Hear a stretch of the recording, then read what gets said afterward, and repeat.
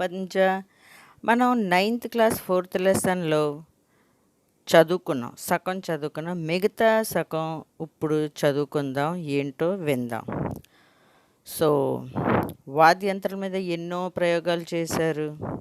Okay. So ఉస్ జమానే के प्रसिद्ध शिक्षा शास्त्री सर आशुतोष मुखर्जी को इस प्रतिभावन युवक के बारे में जानकारी मिली. అప్పుడు శిక్షా శాస్త్రి అయిన ఆశుతోష్ ముఖర్జీకి ఈ యువకుడు ఎవరు వెంకట్రామన్ గురించి చాలా తెలిసిందంట. उन्हीं दिनों कलकत्ता विश्वविद्यालय में प्रोफेसर का नया पद सृजित हुआ था. అప్పుడే కలకత్తాలోని ఉన్న యూనివర్సిటీలో ప్రొఫెసర్ పోస్ట్ ఒకటి ఖాళీగా ఉండేది. मुखर्जी महोदय ने रामन के समक्ष प्रस्ताव रखा कि वे सरकारी नौकरी छोड़कर कलकत्ता विश्वविद्यालय में प्रोफेसर का पद स्वीकार कर ले. అప్పుడు ఆశుతోష్ ముఖర్జీ ఏమన్నారంటే వెంకట్రామన్కి గవర్నమెంట్ జాబ్ వదిలేసి ఈ ప్రైవేట్ కలకత్తాలో ఉన్న యూనివర్సిటీలో ప్రొఫెసర్ జాబ్గా జాయిన్ అయిపో అని ఒక సజెషన్ ఇచ్చారట. रामन के लिए यह कठिन निर्णय था. అతనికి చాలా కష్టం. उस जमाने के हिसाब से वे अत्यंत प्रतिष्ठित सरकारी पद पर थे, जिसके साथ मोटी తన్ఖా అంటే శాలరీ. అంటే అతనికి ఎందుకు కష్టం అంటే ఆ టైంలో ఉన్న గవర్నమెంట్ జాబ్ అంటే ఎంతో గౌరవం. ఓకే. దాంతోపాటు అతనికి మంచి బాగా శాలరీ ఎక్కువ ఇచ్చేవారు, జీతం అనమాట. అనేక సువిధాएं जुड़ी, ఎన్నో బెనిఫిట్స్.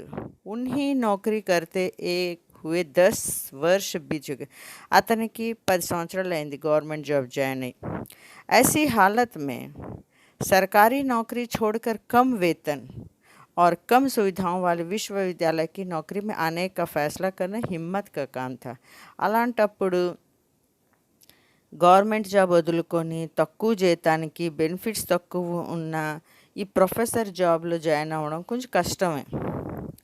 रामन सरकारी नौकरी की सुख सुविधाओं को छोड़कर सन 1917 में कलकत्ता विश्वविद्यालय की नौकरी में आ गए हैं. అతను లాస్ట్లో ఏంటి నిర్ణయించుకున్నారు, ఆ బెనిఫిట్స్ ఆ గవర్నమెంట్ జాబ్ అంతా వదిలేసి 1917లో కలకత్తా యూనివర్సిటీలో జాబ్కి జాయిన్ అయిపోయారు అనమాట ప్రొఫెసర్గా. उनके लिए सरस्वती की साधना सरकारी सुख सुविधाओं से कहीं अधिक महत्वपूर्ण थी. అతనికి ఆ గవర్నమెంట్ ఇచ్చే బెనిఫిట్స్ కన్నా ఈ చదువు, ఓకే, సో అతనికి రీసెర్చ్ చేయడంలోనే ఎక్కువ ఇంట్రెస్ట్ చూపించారు.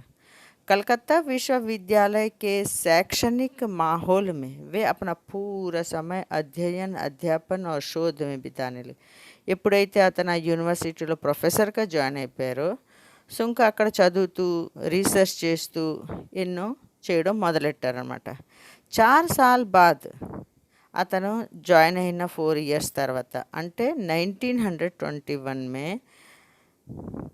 1921 में समुद्र यात्रा के दौरान जब रामन के मस्तिष्क में समुद्र के नीले रंग की वजह का सवाल हिलारे लेने लगा. ఎప్పుడైతే అతను సముద్రయానం చేశారో రామన్ బుర్రలోని ఒకటే క్వశ్చన్, సముద్రం నీల రంగులో ఎందుకుంటుంది. तो उन्होंने आगे इस दिशा में प्रयोग किया जिसकी పరిణతి రామన్ ప్రభావకి ఖోజ్కి రూపమే హుయి. ఎంతో ప్రయోగాలు ఎక్సర్సైజులు రీసెర్చ్ చేసాక అతను ఒక రామన్ ఎఫెక్ట్ని కనుక్కున్నారనమాట. रामन ने अनेक ठोस रवों और तरल पदार्थों पर प्रकाश की किरण के प्रभाव का अध्ययन किया. ఎన్నో వస్తువుల మీద అతను సూర్యకిరణాలు పడితే దాని ఎఫెక్ట్ ఏటవుతుందో అని ప్రయోగించారు. उन्होंने पाया कि जब एक वर्णीय प्रकाश की किरण किसी तरल या ठोस रवेदार पदार्थ से गुजरती है तो गुजरने के बाद उसके वर्ण में परिवर्तन होता है. ఒక సూర్యకిరణం ఓకే ఒక వస్తువు మీద పడితే ఆ వస్తువు మీద నుంచి వెళ్తే ఆ తర్వాత అందులోని కొన్ని రియాక్షన్ అయ్యి దాంట్లో ఉన్న కలర్ చేంజెస్ వస్తుంది అని అతను తెలుసుకున్నారు. वजह यह होती है कि एक वर्णीय प्रकाश की किरण के फोटान ఒక సూర్యకిరణంలోనున్న ఫోటాన్ జబ్ तरल या ठोस रवे से गुजरते हुए ఒక వస్తువు మీద నుంచి వస్తువు మీద పడిందనుకోండి, उनके अणुओं से टकराते हैं. సో ఆ వస్తువులో ఉన్న అణువులతోటి అది కలుస్తుందన్నమాట. तो इस टकराव के परिणाम स्वरूप సో అక్కడ ఫోటాను, ఓకే, ఇక్కడ అణువులు, ఆటమ్స్ కలిసి దాని రిజల్ట్ ఏంటి, అందులో ఉన్న ఎనర్జీ ऊर्जा का कुछ अंश खो देता है या पाते हैं. అందులో ఉన్న ఎనర్జీ పోతుంది లేదా కొత్తగా వస్తుంది. दोनों ही स्थितियाँ प्रकाश के वर्ण में बदलाव. రెండిట్లో ఏ రియాక్షన్ జరిగినా అందులో చేంజెస్, కలర్ చేంజ్ అవుతుందట. एक वर्णीय प्रकाश की किरणों में सबसे अधिक ऊर्जा बैंगनी रंग के प्रकाश में होती है. సూర్య కిరణాల్లోని ఎక్కువ ఎనర్జీ ఉన్న కలర్ ఏంటి, బ్యాంగనీ అన్న జాముని అంటారు, అంటే పర్పల్ కలర్లో ఎక్కువ ఉంటుందంట.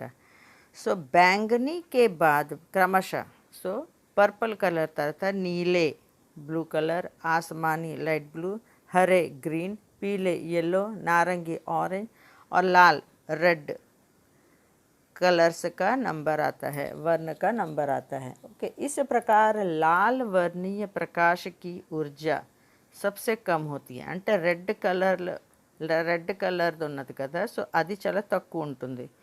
एक वर्णीय प्रकाश तरल या ठोस रवों से गुजरते हुए जिस परिणाम में ऊर्जा खोना या पाना होता है, उसी हिसाब से उसका वर्ण परिवर्तित हो जाता है. ఎప్పుడైతే ఒక సూర్యకిరణాలు ఒక వస్తువు మీద పడుతుందో, సో ఆ ఎనర్జీ పోవడము లేదా రావడము, ఆ కిరణాలకి ఎనర్జీ పోవడము రావడం అయినప్పుడు సో అందులో కలర్ చేంజెస్ వస్తుందన్నమాట. रामन की खोज भौतिक के क्षेत्र में एक क्रांति के समान थी. సో రామన్ రీసెర్చ్ ఏమో ఫిజిక్స్లోని ఎంతో వెలిగిచ్చిందనమాట. इसका पहला परिणाम तो यह हुआ कि प्रकाश की प्रकृति के बारे में आइंस्टाइन के विचारों का प्रायोगिक प्रमाण मिल गया. ఓకే, దీనివల్ల ఏమైంది, అప్పుడు ఆలోచించిన ఐన్స్టీన్ తను కూడా ఇలాగే ప్రయోగం చేశారు. సో దాని రిజల్ట్ అతను అప్పుడు చెప్పారు, ఆ రిజల్ట్ ఇతను తెచ్చారనమాట.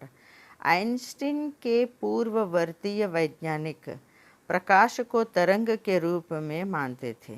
సో ఐన్స్టీన్ కూడాను సో సైన్స్లోని ఈ సూర్య కిరణాలు లేస్ ఉంటాయి కదా, లహర్ తరంగకి రూపమే మాన్తే थे. సో అతను చెప్పింది ఏంటంటే ఆ కిరణాలేమో అంటే ఒక వేవ్స్ అనంగాలు ఒక వంకరగా వస్తూ ఉంటుంది అని, అంటే స్ట్రైట్గా పడదు, సో रिंग फॉर्मలో వస్తుంది అని. मगर आइंस्टीन ने बताया कि प्रकाश अति सूक्ष्म कणों की तीव्र धारा के समान है. అతను ఏమన్నాడు, ఈ సూర్య కిరణాలు ఉన్నాయి కదా, చాలా అందులో ఉన్న సూక్ష్మ కణాలు చాలా తీవ్ర ధారలోనే ఉంటుంది అని, అంటే ఎంతో పవర్ఫుల్గా ఉంటుంది సూక్ష్మ కిరణాలు. ఇన్ అతి సూక్ష్మ కణों की तुलना आइंस्टाइन ने बुलेटिन से की है. సో ఆ సూక్ష్మ కణాలని దేంతో కంపేర్ చేశారు, బుల్లెట్ అంటే గన్లో ఉన్న బుల్లెట్ ఉంటుంది కదా, దాంతో కంపేర్ చేశారు, అంటే అంత తీవ్రంగా ఉంటుంది అని. ఇన్హే ఫోటాన్ నామ్ దియా హై. సో ఆ కణాలని పేరేటి పెట్టారు, ఫోటాన్. रामन के प्रयोगों ने आइंस्टाइन की धारणा का प्रत्यक्ष प्रमाण दे दिया है. సో రామన్ చేసిన ప్రయోగం వల్ల ఐన్స్టీన్ తాలూకా అతను ఏవైతే అనుకున్నారో ఫోటాన్ అని, సో ఆ రిజల్ట్ ఇతను తెచ్చారు, ఎవరు, వెంకటరామన్. क्योंकि एक वर्णीय प्रकाश के वर्ण में परिवर्तन यह साफ तौर पर प्रमाणित करता है कि प्रकाश की किरणें तीव्रगामी सूक्ष्म कणों के प्रवाह के रूप में व्यवहार करती हैं. అతను ఏంటి నిర్ణయించారు, సూర్యకిరణాలు ఎప్పుడైతే వస్తువు మీద పడుతుందో సో అందులోని కొన్ని రియాక్షన్స్ అవుతాయి, సూక్ష్మ కణాలు చాలా ఫాస్ట్గా రియాక్షన్ అవుతాయి అని ఇతను చేసి చూపించారు. रामन की खोज की वजह से पदार्थों के अणुओं, एटम्स, परमाणुओं की आंतरिक संरचना का अध्ययन सहज हो गया है. ఓకే, రామన్ చేసిన రీసెర్చ్ వల్ల వస్తువుల మీద పడిన ఈ అణువులు, పరమాణువులు లోపల ఉన్న రియాక్షన్ గురించి తెలుసుకున్నారు. पहले इस काम के लिए इंफ्रारेड స్పెక్ట్రోస్కోపీ का సహారా లియా జాతా థా. ముందు ఇది తెలుసుకోవడం గురించి, దీని మీద పనిచేయడం గురించి ఇన్ఫ్రారెడ్ స్పెక్ట్రోస్కోపీ అనే పరికరాన్ని ఉపయోగించేవారు. यह मुश्किल तकनीकी है, ఈ టెక్నాలజీ చాలా కష్టం అన్నమాట. गलतियों की संभावना बहुत अधिक रहती, ఇందులో మిస్టేక్ అవ్వే అవకాశాలు ఉన్నాయి. रामन की खोज के बाद पदार्थों की आणविक और परमाणविक संरचना के अध्ययन के लिए रामन स्पेक्ट्रोस्कोपी का सहारा लिया जाने. रामन రీసెర్చ్ చేసిన తర్వాత సో ఆ ప్రయోగం ఏమో రామన్ స్పెక్ట్రోస్కోపీ తోటి చేయడం మొదలెట్టారు. यह तकनीकी एक वर्गीय प्रकाश के वर्ण में परिवर्तन के आधार पर पदार्थों के अणुओं और परमाणुओं की संरचना की सटीक जानकारी देती है. ఈ స్పెక్ట్రోస్కోపీ ద్వారా, రామన్ స్పెక్ట్రోస్కోపీ ద్వారా అణువులు పరమాణువుల్లోని ఉన్న రియాక్షన్ కరెక్ట్గా రిజల్ట్ చూపిస్తుందంట. इस जानकारी की वजह से पदार्थों का संश्लेषण प्रयोगशाला में करना, अनेक उपयोगी पदार्थों का कृत्रिम रूप से निर्माण संभव हो गया है. इतना తయారు చేసిన ఆ స్పెక్ట్రోస్కోపీ ద్వారా ఎన్నో ప్రయోగాలకి ఎన్నో రకాలైన ప్రయోగాలు చేయడానికి ఇతనికి ఉపయోగపడుతుందన్నమాట. रामन प्रभाव की खोज ने रामन को विश्व के चोटी के वैज्ञानिक पंक्ति में ला खड़ा दिया. ఇతను తయారు చేసిన రీసెర్చ్ వల్ల, రామన్ ఎఫెక్ట్ వల్ల ఇతనికి సైన్స్లోని ఎంతో పెద్ద పేరు వచ్చిందనమాట. సైన్స్లోని ఇతను కనిపెట్టడం వల్ల. పురస్కారం और सम्मानों की तो जैसी झड़ी सी लगी रही. ఇంకా అప్పటి నుంచి ఇతనికి ఎన్నో సన్మానాలు పురస్కారాలు రావడం మొదలెట్టింది. उन्हें सन 1924 में रॉयल सोसाइटी की सदस्यता से सम्मिलित किया गया है. ఇతనికి 1924లో రాయల్ సొసైటీ అనే దీంతోటి గౌరవించారు. 1929 में उन्हें सर की उपाधि प्रदान की है. 1929లో ఇతనికి सर అనే ఉపాధి అంటే सर అని బిరుదు వచ్చింది. ठीक अगले ही साल नेक्स्ट ईयर उन्हें विश्व के सर्वोच्च पुरस्कार भौतिकी में नोबल पुरस्कार से सम्मानित किया गया है. సో ఆ నెక్స్ట్ ఇయర్లో ఆ ఫిజిక్స్లోని నోబెల్ పురస్కార్ సన్మానం ఇచ్చారనమాట. उन्हें और भी कई पुरस्कार मिले, ఎన్నో ప్రైజెస్ వచ్చాయంట, ఎన్నో అవార్డ్స్ వచ్చాయి. जैसे रोम का मैथ्यूसी पदक, रोमలోని मैथ्यूसी पदक, रॉयल सोसाइटीలోని हरूज पदक, फिलाडेल्फिया इंस्टीट्यूट का फ्रैंकलिन पदक, ఇన్స్టిట్యూట్లోని ఫ్రాంక్లిన్ పదక్ అని, సోవియత్ రూసులోని అంతర్రాష్ట్రీయ లెనిన్ అనే పురస్కారాలు ఇంకెన్నో దొరికాయి అన్నమాట. सन 1954 में रामन को देश के सर्वोच्च सम्मान भारत रत्न से सम्मानित किया गया है. 1954లోనే మన ఇండియా వాళ్ళు అతనికి భారత రత్న పురస్కారం ఇచ్చారనమాట. वे नोबेल पुरस्कार पाने वाले पहले भारतीय वैज्ञानिक थे. సో ఫస్ట్ నోబెల్, ఇది జీకేలో కూడా అడుగుతాడు, ఫస్ట్ నోబెల్ పురస్కారం దొరికిన భారతీయ వైజ్ఞానికుడు ఎవరు అంటే వెంకటరామన్. उनके बाद यह पुरस्कार भारतीय नागरिकता वाले किसी अन्य वैज्ञानिक को अभी तक नहीं मिला गया. ఆ తర్వాత ఫిజిక్స్లోని ఎవరికి ఇంతవరకు దొరకలేదట మన ఇండియాలో. उन्हें अधिकांश सम्मान उस दौर में मिले जब भारत अंग्रेज का गुलाम था. ఇతనికి ఈ పురస్కారాలు ఈ సమ్మానాలు ఎప్పుడు వచ్చింది అంటే ఇంకా మన ఇండియా ఇండిపెండెంట్ అవ్వలేదన్నమాట. దాని ముందే ఇతనికి ఇంత పెద్ద పెద్ద అవార్డులు సన్మానాలు దొరికింది. उन्हें मिलने वाले सम्मानों ने भारत को एक नया आत्मसम्मान आत्मविश्वास दिया है. సో ఇండియన్స్కి ఒక ఆత్మవిశ్వాసం వచ్చేసింది. विज्ञान के क्षेत्र में उन्होंने एक नई भारतीय चेतना को जागृत किया. సైన్స్లోని మన ఇండియన్స్ వాళ్ళు కూడా వెనకలేరు అనే ఒక విశ్వాసం వచ్చేసింది. भारतीय संस्कृति से रामन को हमेशा ही गहरा लगाव रहा है. ఇండియన్ సంస్కృతిలోని మన రామన్కి ఎప్పుడు మంచి ఇంట్రెస్ట్ ఉంటుంది. उन्होंने अपनी भारतीय पहचान को हमेशा अक्षुण्ण रखा है. ओके, इंडियन आइडेंटिटी ఇలాంటి వాళ్ళే కదా వస్తుంది, మంచి సైంటిస్ట్ వల్ల, మంచి ప్లేयर వల్ల. सो अंतर्राष्ट्रीय प्रसिद्धि के बाद भी उन्होंने अपने दक्षिण भारतीय पहनावे को नहीं छोड़ा. అంత పెద్ద అవార్డ్స్ వచ్చినా అతను ఫ్యాషన్గా తయారవలేదు. మన దక్షిణ భారతంలోని ఎవరైతే ట్రెడిషనల్ బట్టలు వేసుకుంటారో అలాంటి బట్టలు అతను వేసుకుండేవారు బట్ట. वे कट्टर शाकाहारी थे. अतनु वेजिटेरियन, मदिरा से सख्त परहेज रखते थे. తాగుడు గట్టి దానన్నిటితో దూరంగా ఉండేవారు. जब वे नोबेल पुरस्कार प्राप्त करने स्टॉकहोम गए तो वहाँ उन्होंने अल्कोहल पर रामन प्रभाव का ప్రదర్శన కియా హై. ఓకే, నోబెల్ పురస్కార్ తీసుకోవడానికి వెళ్ళినప్పుడు అక్కడ ఏం చేశారు, ఆల్కహాల్ ఇచ్చారు. సో అతను ఆల్కహాల్ మీద కూడా అతను రామన్ ఎఫెక్ట్ మాత్రం ఉపయోగించడం మొదలెట్టారు అనమాట. बाद में आयोजित पार्टी में जब उन्होंने शराब पीने से इनकार किया तो एक आयोजक ने परिहास में उनसे कहा कि रामन ने जब अल्कोहल पर रामन प्रभाव का प्रदर्शन कर हमें आह्लादित करने में कोई कसर नहीं छोड़ी, तो रामन पर अल्कोहल के प्रभाव का प्रदर्शन करने से परहेज क्यों. సో అతను సరదాగా అనేవారు అనమాట. ఏ పార్టీలోనే అతను ఆల్కహాల్ ముట్టుకుండేవారు కాదు. సో కొంతమంది నవ్వుతూ ఏమనేవారంటే, సో రామన్ జో హై ఆల్కహాల్ మీదే రామన్ ఎఫెక్ట్ పెట్టేసి క్లియర్ చేసేసారు కదా, సో ఏ కిరణాలు, ఏటి హాని, ఏటి బెనిఫిట్ ఏంటి అని. సో అయినా కూడా మీరు ఆల్కహాల్ తోటి దూరం ఎందుకు అని మామూలుగా జోక్ అనమాట. रामन का वैज्ञानिक व्यक्तित्व प्रयोगों और शोध पत्र लेखन तक ही सीमित हुआ नहीं था. సో అతను సైన్స్ లోని ఉన్న ఎక్స్పెరిమెంట్స్, ప్రాక్టికల్ రీసెర్చ్ అదొకటే కాదు, उनके अंदर एक राष्ट्रीय चेतना थी. సో నేషనల్కి ఏదో చెయ్యాలి అని. वे देश में वैज्ञानिक दृष्टि और चिंतन के विकास के प्रति समर्पित थे. మన దేశంలో ఉన్న మంచి మంచి మేధావుల్ని సైంటిస్టులు చేయాలని, వాళ్ళు ఉన్న టాలెంట్ని బయటికి తేవాలని అతనికి మనసులో ఉండేది. उन्हें अपने शुरुआती दिन हमेशा ही याद रहे हैं. అతనికి స్టార్టింగ్ లైఫ్ అతని లైఫ్లోనే ఎలా జరిగింది ఏంటి గుర్తుండేది. जब उन्हें ढंग की प्रयोगशाला उपकरणों के अभाव में काफ़ी संघर्ष करना पड़ा था.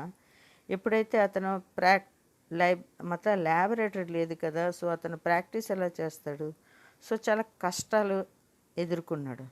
సో इसीलिए उन्होंने एक अत्यंत उन्नत प्रयोगशाला और शोध संस्थाओं की स्थापना की जो बेंगलुरु में स्थित है और उन्हीं के नाम पर रामन రీసెర్చ్ ఇన్స్టిట్యూట్ नाम से जानी जाती है.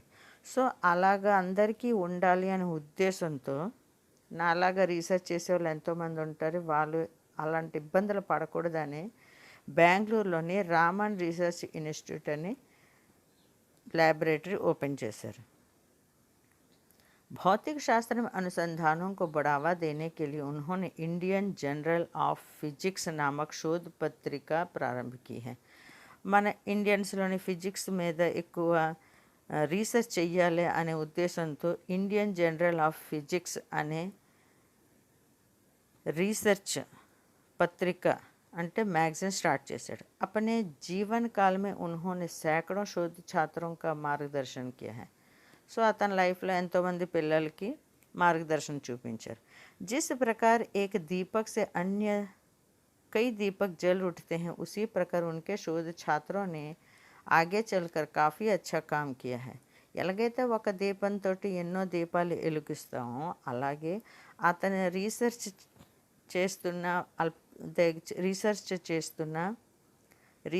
స్టూడెంట్స్ కూడాను ముందుకెళ్ళి ఎంతో పేరు సంపాదించారు. उन्हीं में कई छात्र बाद में उच्च पदों पर प्रतिष्ठित हुए. ఆల్ రీసెర్చ్ స్టూడెంట్స్ ఎన్నో పెద్ద పెద్ద పదవుల మీద ఉన్నారన్నమాట. विज्ञान के प्रचार प्रसार के लिए वे करंट साइंस नामक एक पत्रिका भी संपादन करते थे.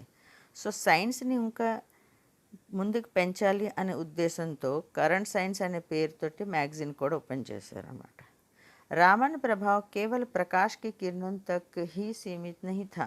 उन्होंने अपने व्यक्तित्व के प्रकाश की किरणों से पूरे देश को आलोकित और प्रभावित किया है. रामन ఎఫెక్ట్ వల్ల సూర్యకిరణాల వరకే కాదు, అతని వ్యక్తిత్వం, అతని లోపల ఉన్న వ్యక్తిత్వం, ఉద్దేశం కూడా చాలా అద్భుతం. అది కూడా ఎఫెక్టే. అంటే అతని వల్ల తగిన స్టూడెంట్స్ కూడా ఎన్నో నేర్చుకుంటారు, ఎంతో ముందుకెళ్ళారు అని. उनकी मृत्यु 21 नवंबर सन 1970 के दिन 82 वर्ष की आयु में थी. సో అతని మృత్యు 21 నవంబర్ 1970. అప్పటికి అతని ఏజ్ 82 అన్నమాట. रामन वैज्ञानिक चेतना और दृष्टि की साक्षात प्रतिमूर्ति थे.